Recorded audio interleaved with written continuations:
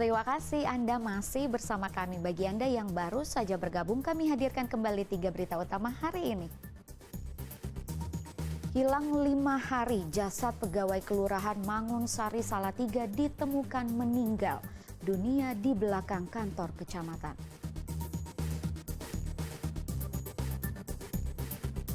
PDIP resmi mengusung Andika Perkasa dan Hendrar Priyadi pada pemilihan Gubernur Jawa Tengah. Pemuda perantau asal Purworejo nekat curi sepeda motor milik tetangganya.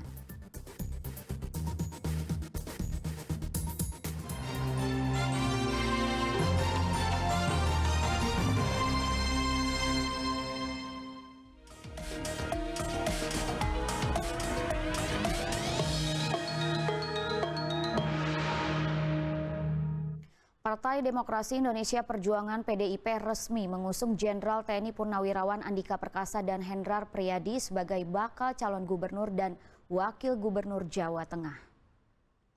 Dari Provinsi Jawa Tengah, Jenderal TNI Purnawirawan Andika Perkasa dan Hendrar Priyadi. Nama Andika Perkasa diumumkan Sekjen PDIP Hasto Kristianto pada gelombang ketiga pengumuman daftar calon kepala daerah yang diusung PDIP di kantor DPP PDIP Jakarta. Sinyal Andika bakal diusung PDIP di Jawa Tengah sebelumnya sempat disampaikan sejumlah elit PDIP. Diperkirakan kontestasi elektoral di Jawa Tengah akan semakin menarik jika PDIP mengusung Andika Perkasa. Mantan Panglima TNI ini kemungkinan akan bertarung melawan Komjen Pol Ahmad Lutfi dan Taj Yassin pada Pilkada Jateng. Dan Hendrar Priyadi.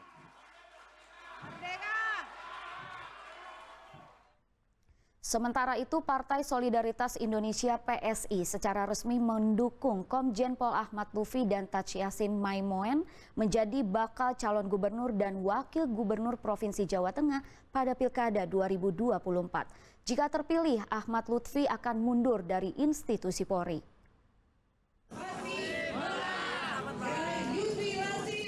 Partai Solidaritas Indonesia menyerahkan surat dukungan kepada bakal pasangan calon gubernur dan wakil gubernur Jawa Tengah Ahmad Lutfi dan Taj Yassin pada Pilkada mendatang.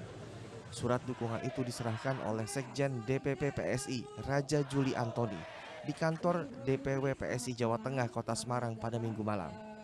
Partai yang dipimpin putra Jokowi ini mendukung penuh Ahmad Lutfi dan Taj Yassin. Raja Juli menyampaikan harapannya agar pasangan ini dapat memberikan kontribusi bagi kesejahteraan masyarakat Jawa Tengah. Tadi secara simbolik telah kita serahkan dukungan penuh dari keluarga besar Partai Solidaritas Indonesia kepada Pak Lutfi dan Gus Yassin. Di pundak mereka lah kita akan menitipkan Jawa Tengah yang benar-benar sejahtera dan bahagia. Ahmad Lutfi merasa bersyukur atas dukungan itu dan menyatakan siap mengemban amanat sebagai calon gubernur Jawa Tengah. Lutfi sudah mempersiapkan berbagai persyaratan administrasi termasuk kesiapan untuk mundur dari Polri begitu ditetapkan sah sebagai calon gubernur oleh pihak KPU.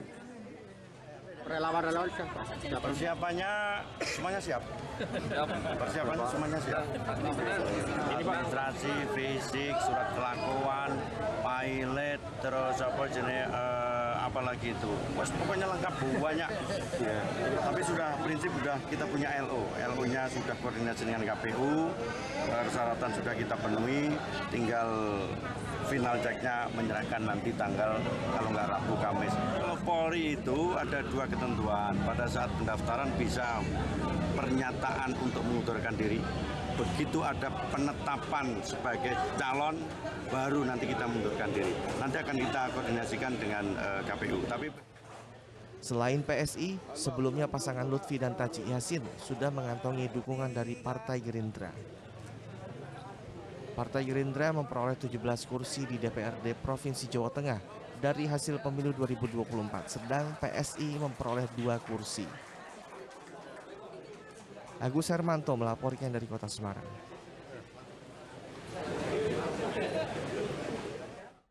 Majelis Pimpinan Cabang Pemuda Pancasila Kota Tegal mendukung Faruk Ibnu Haki dan Asim Afikri maju menjadi calon wali kota dan wakil wali kota Tegal pada Pilkada 2024. Dukungan itu mengalir ke paslon tersebut karena gagasan baru yang dinilai akan memajukan Kota Tegal.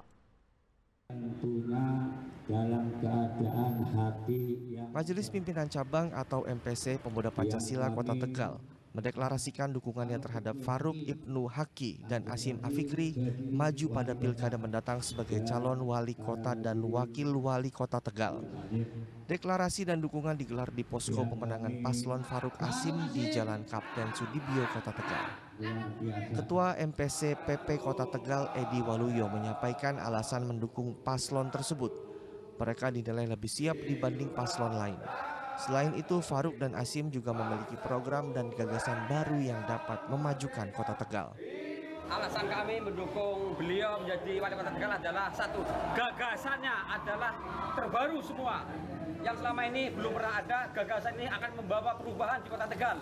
Dan gagasan ini gagasan yang sangat logis dan bisa diterima oleh seluruh lapisan masyarakat. Sehingga kami Pemuda Pancasila dengan mendukung agar beliau tetap menjadi wali kota 2024-2029. Faruk Ibnu Haki yang hadir dalam deklarasi apresiasi terhadap Ormas PP atas dukungan kepada dirinya. Nantinya Faruk akan melibatkan elemen masyarakat sebagai sistem balancing terhadap pemerintah dan fungsi yang lain. Pendekatan saya ke depan dalam pembangunan Kota Tegal itu pendekatan pentahelik, di mana itu adalah ada satu komponen yaitu masyarakat, dan masyarakat itu komunitas itu adalah salah satu itu adalah dari PP. Kita akan melibatkan yang tentunya ini bisa menjadi suatu sistem balancing, tidak hanya dalam prosesnya saja tetapi nanti dalam fungsi-fungsi yang lain. Paslon Faruk dan Asim rencananya akan mendaftarkan diri ke KPU Kota Tegal pada 29 Agustus mendatang. Sugihartono melaporkan dari Kota Tegal. Untuk menata Kota Tegal ke depan. Sebagai bentuk antisipasi hal-hal yang tidak diinginkan pada Pilkada mendatang, Polres Semarang menggelar simulasi sistem pengamanan kota. Simulasi mencakup penanganan kerusuhan hasil pemilu hingga penanganan aksi massa.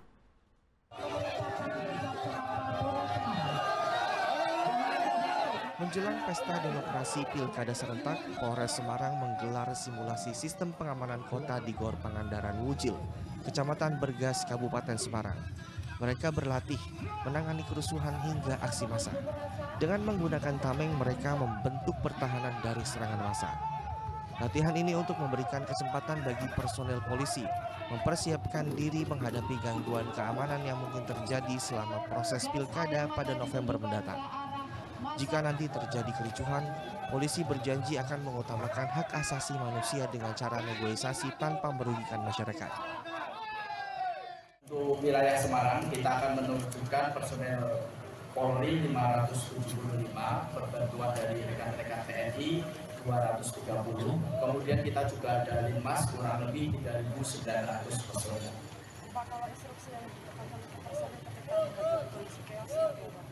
Tetap ketika ada situasi Kamtipmas yang meningkat, eskalasi yang meningkat, yang pertama adalah junjung tinggi hak asasi manusia. Kita tetap melaksanakan negosiasi, jangan sampai tindakan kepolisian itu merugikan masyarakat. Selain itu, Sispam Kota juga untuk memastikan kesiapan peralatan yang akan digunakan saat menangani kerusuhan. Yulianto melaporkan dari Kabupaten Semarang.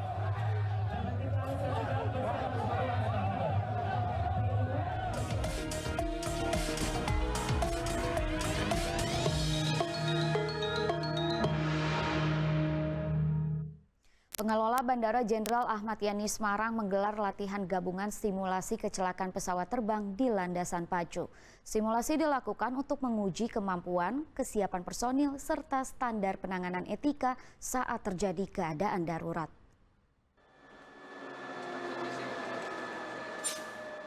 Landasan pacu Bandara Ahmad Yani Kota Semarang dipenuhi asap hitam dari kebakaran pesawat. Para penumpang dan kru kapal meringis kesakitan. Seluruh penumpang yang terluka kemudian dievakuasi ke tempat aman. Selanjutnya diperiksa kondisi kesehatannya. Namun sayang, sebagian penumpang meninggal dunia. Kecelakaan ini bukanlah sungguhan, ini hanya ilustrasi jika terjadi kecelakaan pesawat di landasan pacu. Pelatihan keadaan darurat ini sengaja dibuat untuk menguji kemampuan dan kesigapan personel serta prosedur penanganan yang berlaku. Bagaimana kita melatihkan untuk mekanisme latihan. Kemarin alhamdulillah berjalan dengan aman dan lancar, kemudian tinggal hari ini untuk melaksanakan eksersis dilakukan. Kami mohon doanya mudah-mudahan kegiatan untuk hari ini bisa berjalan dengan aman lancar sesuai dengan tujuan yang ingin kita capai. Ya. Peralatan ini memang rutin dilakukan setiap tahun? Rutin setiap tahun kita laksanakan untuk mengukur kemampuan kita dalam rangka mengatasi kontingensi di Banten. Ya. Latihan gabungan simulasi kecelakaan melibatkan otoritas bandara seperti Airnav, TNI, Polri, dan petugas medis. Simulasi ini meliputi kecelakaan pesawat terbang, gedung terbakar, hingga simulasi penanganan bom dan ancaman keamanan penerbangan. Ali Mustakfirin melaporkan dari Kota Semarang. Beberapa wilayah di Jawa Tengah mengalami krisis air bersih akibat musim kemarau. Tak heran jika bantuan air bersih sangat dinanti-nanti warga. Jika tidak ada bantuan yang datang, warga terpaksa harus menyiapkan uang untuk membeli air. Warga Desa Tamansari, Kabupaten Tegal begitu senang saat ada bantuan air bersih. Adu cepat, warga membawa wadah berupa ember atau jeriken mendatangi truk tangki berisi air bersih. Bantuan air bersih sangat ditunggu-tunggu karena warga mulai kesulitan air sejak kemarau. Jika tidak ada bantuan, warga biasanya mengambil air dari sungai untuk mandi dan mencuci yang jaraknya cukup jauh. Sedang untuk dikonsumsi, warga terpaksa membeli air dari luar desa seharga Rp5.000 per jeriken. Biasa kalau tidak ada ini sebelum tangki datang itu ngambil saya jauh Pak. Dari hutan nanjak lebih berat. Jauhnya 1,5 km. Udah begitu ngantri lagi, lebih rekasa lagi Mas. Lebih payah pokoknya. Makanya saya kalau di sini kalau bulan 8 ada air datang ke sini saya 2 serangan sekali. Terima kasih saya pemerintah. Untuk menanggulangi kekeringan, pemerintah desa telah berupaya membangun penyediaan air minum dan sanitasi berbasis masyarakat atau PAMSIMAS. Namun setiap musim kemarau, PAMSIMAS malah tidak bisa digunakan karena sumur bornya kering. Sudah berupaya, yang pertama membuat PAMSIMAS, namun dengan kekurangan atau tidak maksimalnya sumber air itu tidak terrealisasi. Krisis air bersih juga melanda wilayah Rowosari, Kecamatan Tembalang, Kota Semarang. Karena sulit air bersih, Badan Penanggulangan Bencana Daerah Kota Semarang mengirim 2 tangki truk berisi 5.000 liter air langsung ke rumah warga. Bantuan air bersih biasanya digunakan warga untuk kebutuhan sehari-hari seperti mencuci dan mandi. Sedang untuk dikonsumsi mereka harus merogoh kocek lebih untuk membeli air. Bantuan rutin ya Pak? 3 hari, 4 hari itu baru datang. Pak, bantuan ini untuk kebutuhan apa saja? Untuk kebutuhan itu ya mandi, nyuci, untuk pokoknya nyuci lah mandi barang. Kalau minum biasanya pakai apa Pak? Pakai aqua. Oh beli air. Puncak musim kemarau diprediksi akan terjadi pada pertengahan September 2024. Ini kan masih awal musim kekeringan, saya belum mengatakan ini puncak. Puncak kita prediksi sekitar minggu kedua bulan September. Ya, karena Kota Semarang di beberapa wilayah ini masih turun hujan. Jadi ini belum kami mengatakan puncak, tetapi sudah memasuki masa darurat. Hingga bulan Agustus 2024, BPBD Kota Semarang telah menyalurkan sedikitnya 64 tangki air bersih untuk kecamatan di Kota Semarang yang terdampak kekeringan. BPBD Kota Semarang telah memetakan wilayah rawan bencana kekeringan, yaitu di wilayah Kecamatan Tembalang, Gunung Pati, Semarang Timur, Pedurungan, dan Ngalian. Kuncoro Wijayanto dan Ali Mustafirin melaporkan dari Kabupaten Tegal dan Kota Semarang.